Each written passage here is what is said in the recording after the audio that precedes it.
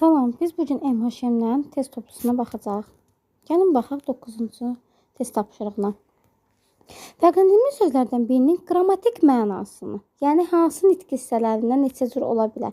Tutaq ki, isimdirsə, isim, sifət ola bilər, bir mənası isim, bir mənası sifət ola bilər və ya sifətdirsə, bir mənası digər mənası əvəzli ola bilər. Gəlin baxaq. Gedirəm evə, sən də 10-da gələrsən. Biri var saat 10-da. Nə zaman? Saat 10-da. Bir də var o saatda, yəni 10-da, o vaxt, o saat. İki mənada. Birində say, birində zərf mənasındadır. Ona görə iki qrammatik mənası oldu. Bizə bir xeyli baxıb otağına keçdi. Bizə biri var, bu rayon yerlərində istifadə olunan biz, adamın ucu şiş. Bir də var ki, əvəzli mənasında mən, sən, o, biz, siz, onlar. Belə deyil.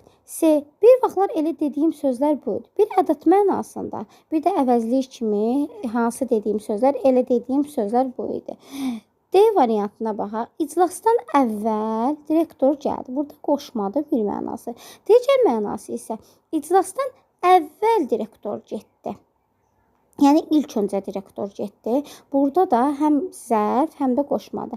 Gəlin baxaq. Sahilə gözücü xeyli baxdı. Burada ümumiyyətlə bir qrammatik mənası var. O da isimdir. Yəni fərqli olmadığına görə elə burada cavabımız Y variantıdır. Cavabımız Y variantı.